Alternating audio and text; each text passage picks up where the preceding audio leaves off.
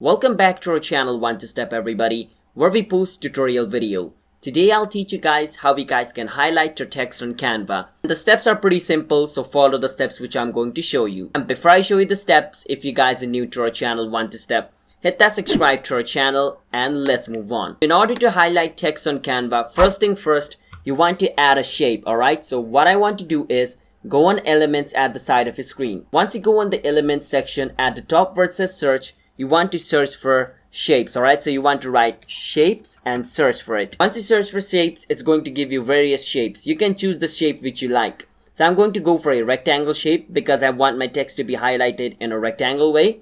So I'll choose rectangle. Then I'm going to resize it over here just like this. Once you resize it, what you want to do is press T on your keyboard. And once you press T, you can basically see a little text box appeared over here. Now you can type whatever you want. So I'm going to write, "What is up everyone?" So my text has basically been added over here. But my text is really small. So what I can do is just click on the text and you can see this little button over here, as you guys can see right beside the text.